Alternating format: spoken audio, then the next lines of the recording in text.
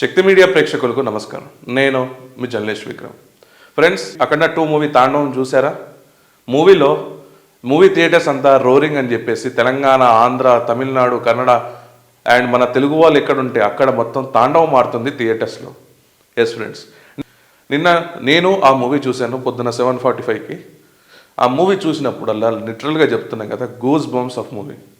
ఏదైతే మన మూల సిద్ధాంతం అంటే ఈ అఘోరాలు, ఈ నాగసాధవులు ఎవరి వల్ల వచ్చారో ఒక్కసారి 1 మినిట్లో మనం తెలుసుకుందాం ఫ్రెండ్స్.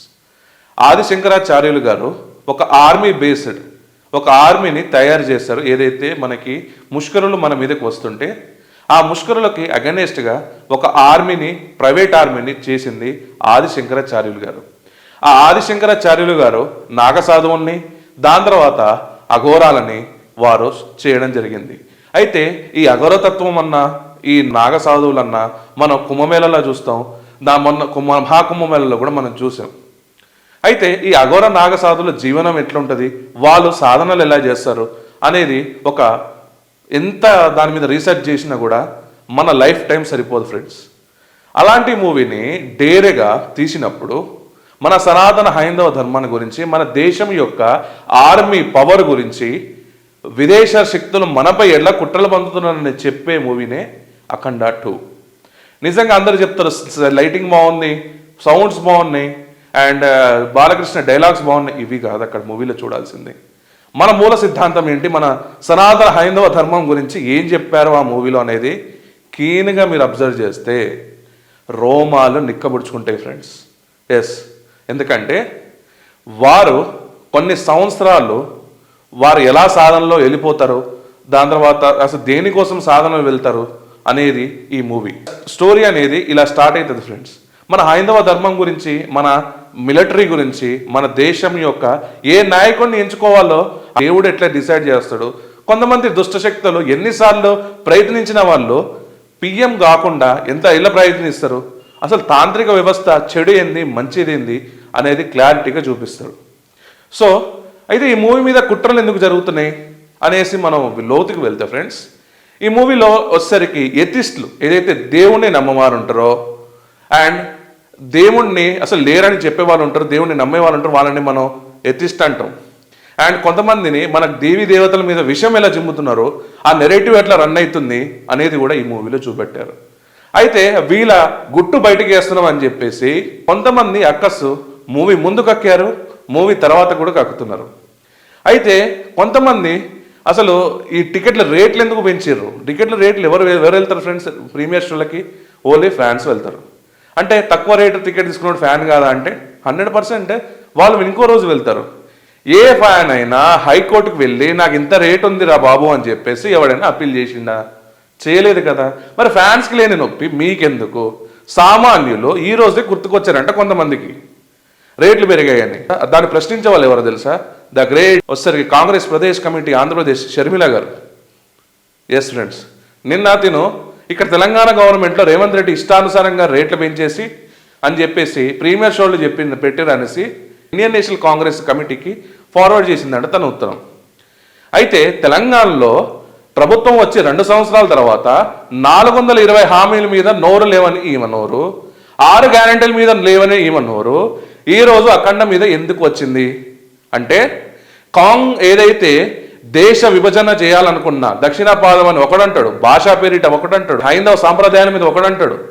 అయితే మేడం గారికి ఇక్కడ సనాతన హైందవ ధర్మ మూవీస్ మీద అక్కసుతోని నిన్న పోర్ట్రేట్ చేశారు. ఏంటంటే ఈ సామాన్యుడు మూవీస్ ఎట్లా చేస్తారు రేవంత్ రెడ్డికి చెప్పండి అనేసి నిన్న చెప్పారు. కానీ మరి రేవంత్ రెడ్డి గారు చేస్తున్న, మీ నాన్నగారు చేసిన రైతు రుణమాఫీ ఏదైతే ఒక సింగిల్ బటన్లో క్లోజ్ చేశారో మరి రేవంత్ రెడ్డి గారు అది చేయలేకపోయారు.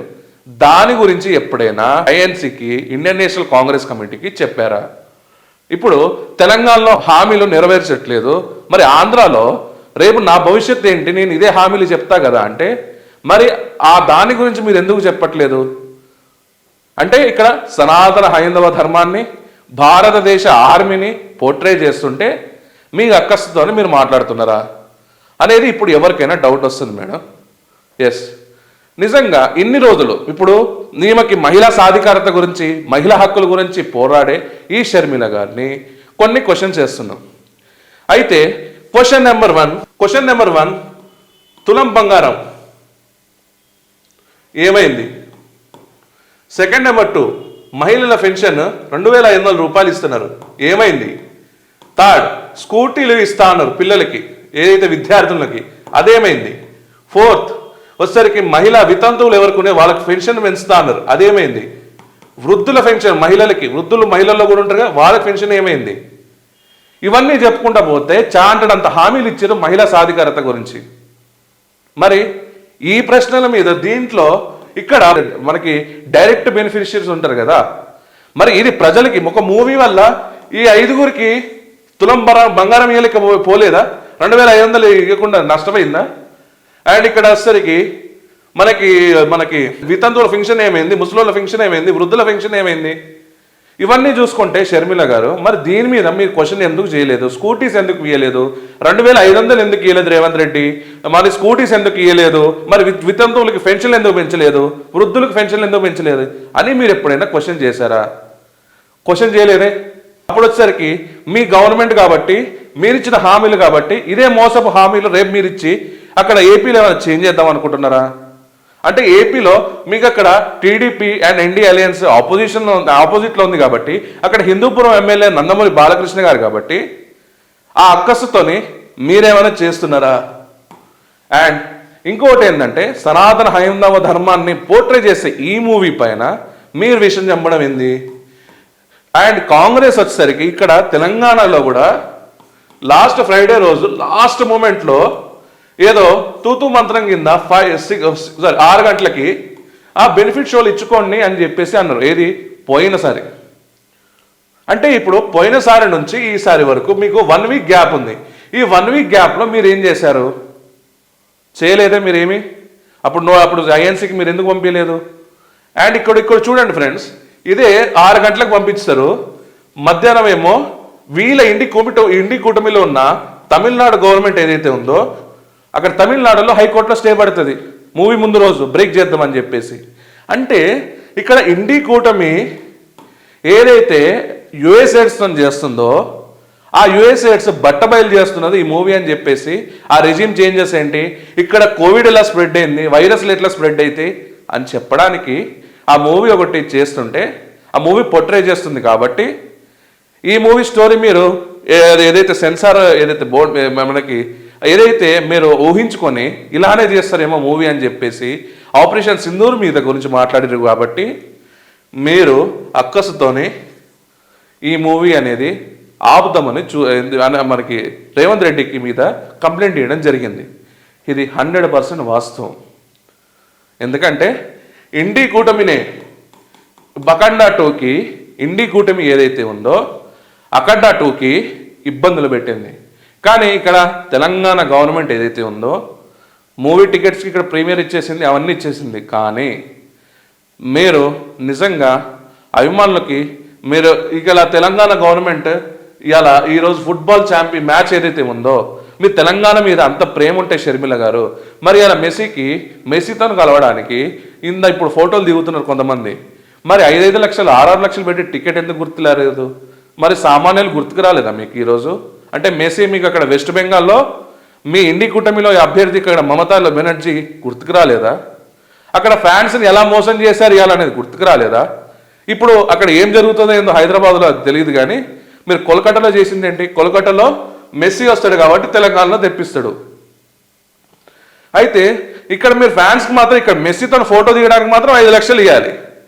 కానీ ఇక్కడ 600 తీసుకుంటే ఫ్యాన్స్ స్వచ్ఛందంగా 600 ఇచ్చుకుంటుంటే మీకేం తప్పేది? సో అంటే ఇప్పుడు పిల్లు కూడా కరెక్ట్ ముందు రోజు ఎందుకు వేశారు? దానికంటే ముందు వేయొచ్చు కదా, కరెక్ట్ రిలీజ్ డేట్ ముందు ఎందుకు వేశారు? రిలీజ్కి కొన్ని గంటలు అనంగా.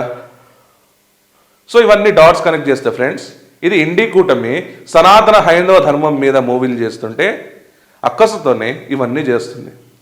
ఇన్ఫ్యాక్ట్ దీనిలో రేవంత్ రెడ్డి గారు కొంచెం బెటర్ అనుకోవచ్చు. మూవీకి మంచి పర్మిషన్స్ ఇచ్చారు, ఎక్కడ ఎలాంటి సంఘటన జరగకుండా మంచి జరిగింది.